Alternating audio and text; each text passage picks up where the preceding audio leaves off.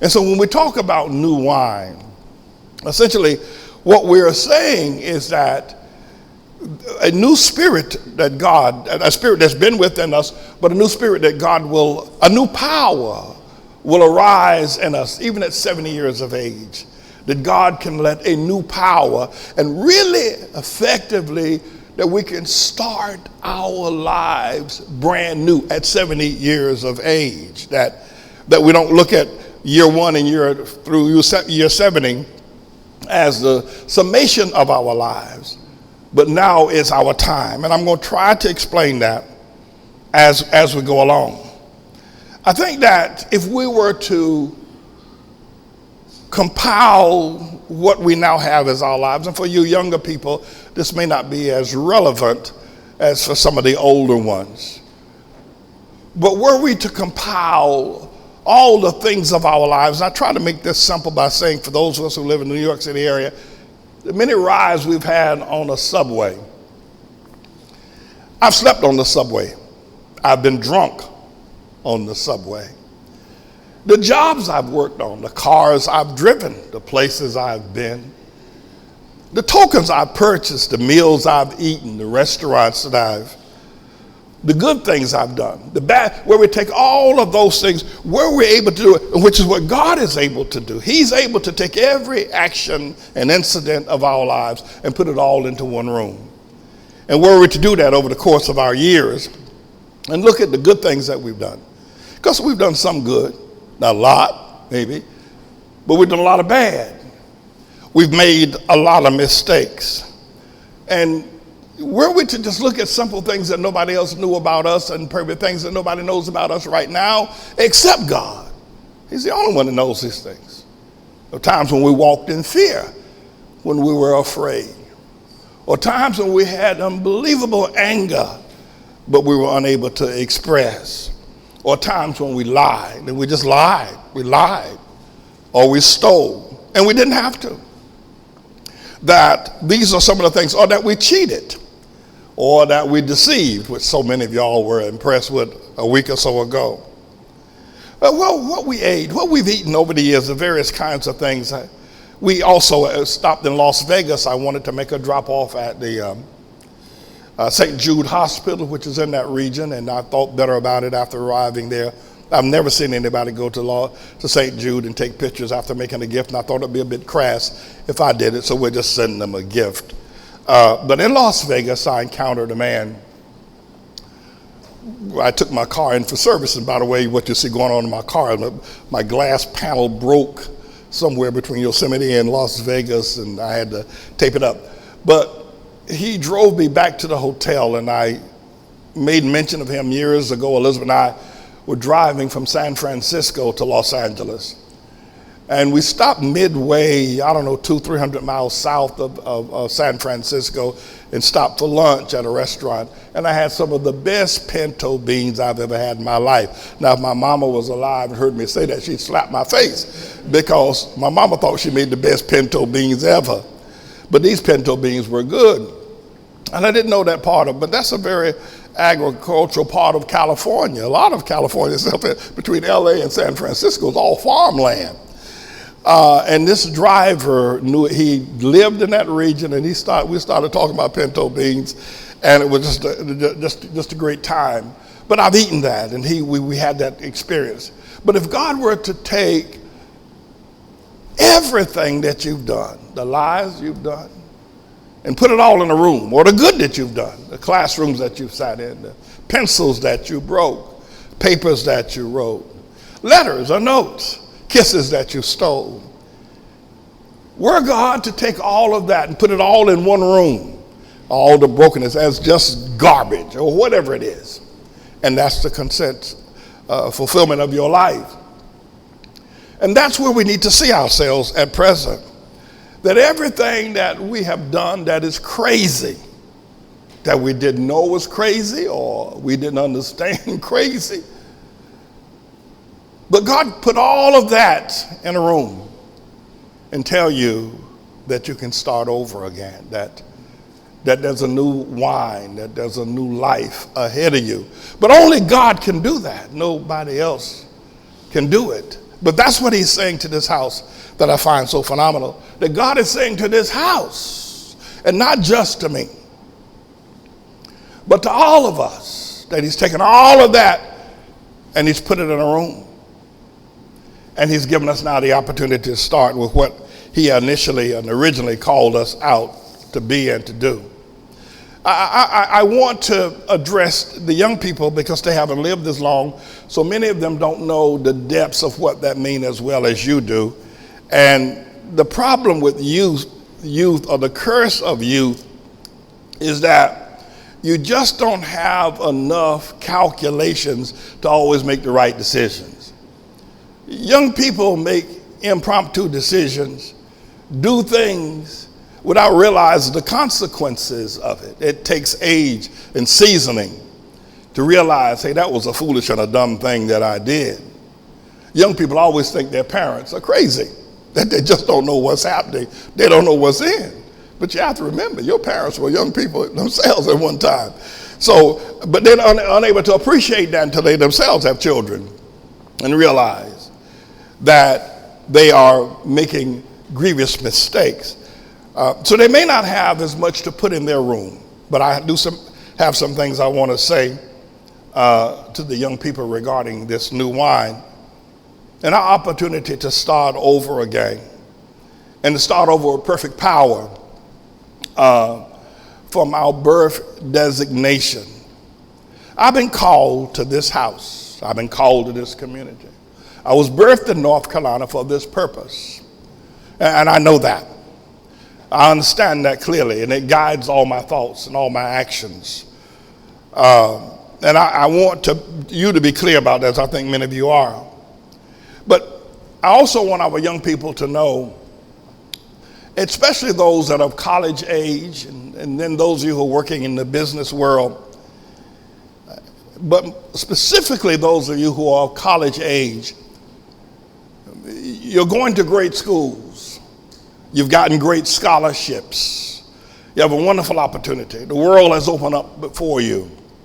And someone said to me, one of the parents registering their children for the school, said to me that only white people do what this church is doing. That you don't see black people sending children to the schools that our children are going to and doing the kind of things and the education level that we're presenting. Only white folk do that, and they don't do it honestly. They do it with bribes and all kinds of stuff. But y'all are just doing this out of Harlem. You're doing this.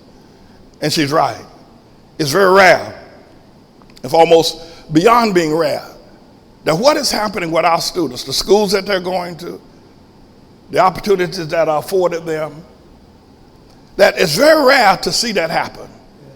Success Academy is not Jeffrey Camry left Success Academy because he couldn't produce what we are producing. He's very frustrated.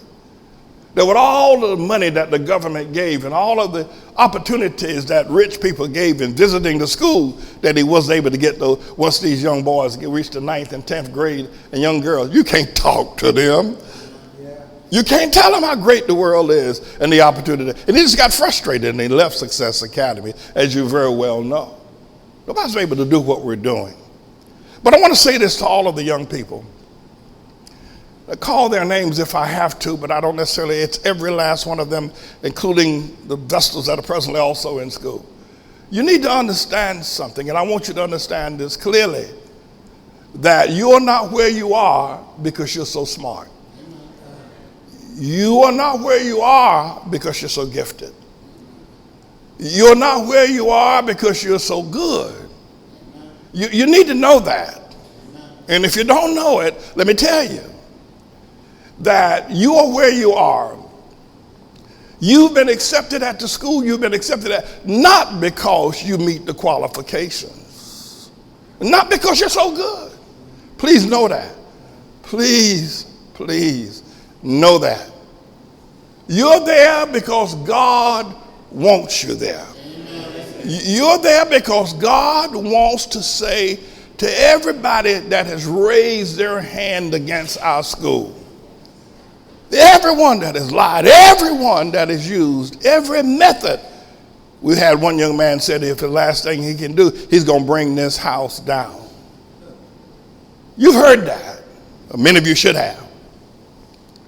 You've heard and you've seen the things that the LGBTQ community have done. You've seen how they marched against us. You've seen how people walked away. You still Facebook people who long since have left the exit of the seats of this church. You still Facebook them. They still Facebook you. The only reason why God has opened these doors is to say that he is with us and that they're all liars and that they're losers. And you need to understand that were we not attacked the way we were attacked, you would not be going to the school you're going to. Don't you ever think that you're there because you're so smart. Don't you ever do that. Don't you ever think that you earned this. God's given you this opportunity. And if you don't know it, you're gonna blow it. Well, I can make that a point. If you don't know it, you're gonna blow it. Please know that God, his name is Jesus, is sending you into these institutions to represent him. As quietly as it is kept, everybody knows where everybody's going. All the enemies of this church, every last one of them know what God has done. You need to understand, and God is saying to them, touch not mine anointed. Amen. Yes. Neither do my prophet any harm. I'll show you what I can do. I'll show you what doors I can open. Look at what's happening to those who have stayed with the house and those that have left.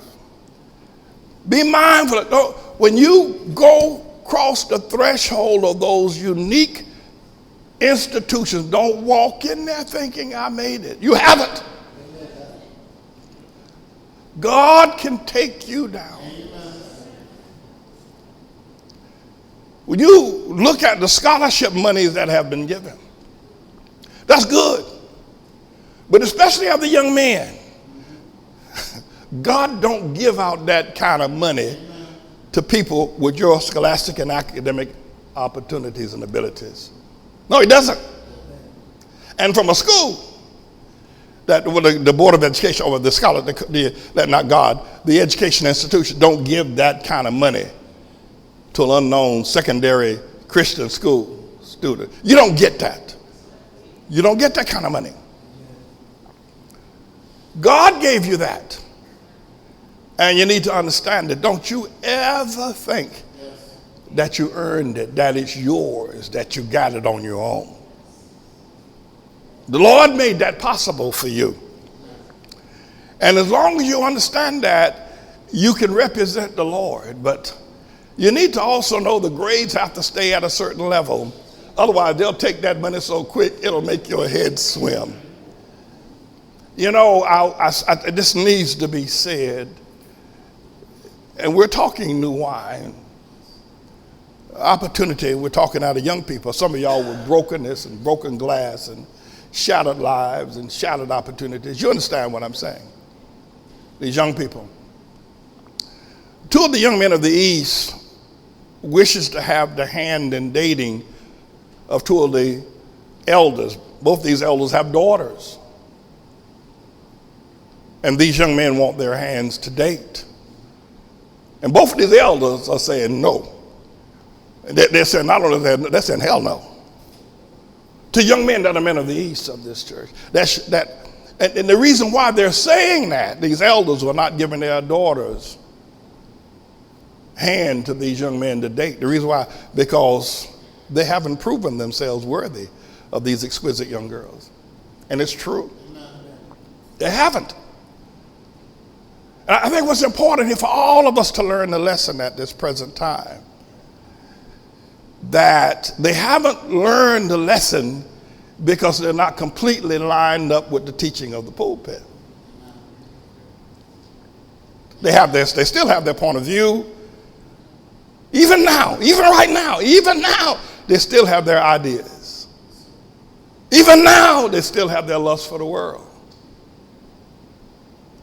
Because if these elders who are fathers, who know the ropes, saw the right thing, they'd be quicker to say yes, but not yet.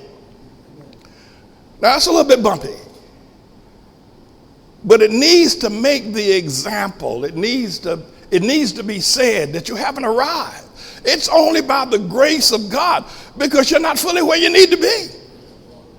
And that's not just for the young men. That's for the young women as well. But God has said, I'm going to send you to represent the church. I'm going to put it on the drum so everybody can know the lies that they told against this house, the work that they did, and they've done it for years.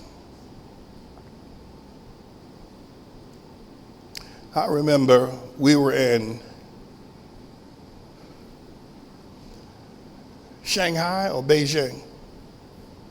I can't remember which. It was our first trip to China. It could have been, 15 years ago now? And the whole time we were in China, there was a young girl who was in our school who didn't want to go. And just gave me a difficult attitude the whole trip.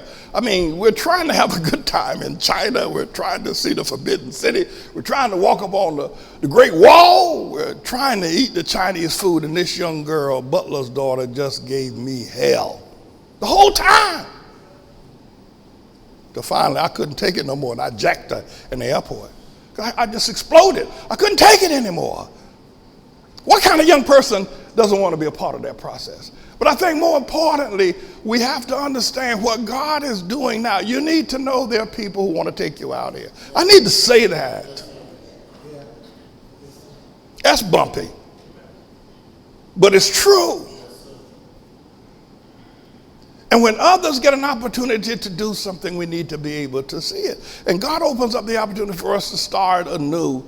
We need to not look back and try to understand how much we have prayed to survive, because probably most people wouldn't start schools because they're so difficult. But you also need to understand that you're going into a world in these institutions, and you are the new crop. You are definitely the new wine. We got Juilliard. We've got Fordham, New York University, Adelphi. We've got Cardozo. We've got Fordham again. We've got St. John's. And I mean, this is absolutely incredible what God is doing. It just doesn't happen. And we need to know it's God that's doing it. And don't ever forget that. But I'll say this, now having said that, can't nobody touch you. You need to know that God put you in them schools and can't nobody touch you. God put you there. It's the Lord that opened that door. People can hate you. They can say things about you, but can't nobody touch you. Can't nobody touch you. God put you there for just such an hour as this. And you need to be confident. Don't be afraid. And I'm not saying you're not going to be challenged. You're going to be challenged. Every day challenges are going to come, sometime 10 times a day. But always know that God put me here. They can say what they want. They can do what they will. And until God gets ready to move me, I ain't going nowhere. I shall not be defeated. I will not beg bread. Know that. Know it. Don't be afraid. I want to come back to that, because you're going into a world now that doesn't believe in God, doesn't believe in the Old Testament. It's a heck of a place for people to have to deal with. But I want to back up for just a moment after watching everybody give their testimony and their statements over the past couple of weeks of where our church has been. I've been here for 37 years. I ain't going nowhere. I suppose the first 12 years of our life of this church, we were able to start the ministry, and we were able to go out and do the work of an evangelist. We went into the highways. And whether you realize or not, long before we came to this building, we were on a place called Amsterdam Avenue, 1626. On Saturday mornings, I'd get up and I put on my clergy shirt. I used to wear those collars. I put my cross on, I put my jacket on. I was living on 140th Street off of Amsterdam Avenue. And I'd get up on Saturday mornings after I washed my face and go knock on doors on Hamilton Place, on Broadway, on Amsterdam, 141st, all the way down to 135th Street. I'd knock on doors. And the people, who's that out there? Is it Jehovah's Witness? I said, no, I'm just the Lord's witness. What you want? I said, you got that collar. I said, I want to talk to you about Jesus. And I did. And one Sunday morning, Minister Williams, I looked up and the church was packed with all these people came in. The building was packed with people. Long before many of you ever came to this ministry, had anything to know about me. I did the work of the evangelist. You need to understand that. And so it was. We continued once we came to this building. We went into the streets, the hedges and the highways, and we brought people in, drug-addicted people, crack-addicted people, homeless people. We brought them in. They slept on the sink. They slept there on the floor. They slept downstairs. They slept on the pews. You need to know we did that. And we visited the prisons and the sick. We did that for the first 12 years. It was in that period of time that we realized that we needed a school. We heard of what was happening in the community, so we started the school. Now, I want to help you to understand something about the new wine and that you can start your life brand new. No matter how old you are right now, you can start over. It's going to take prayer. It's going to take believing in God.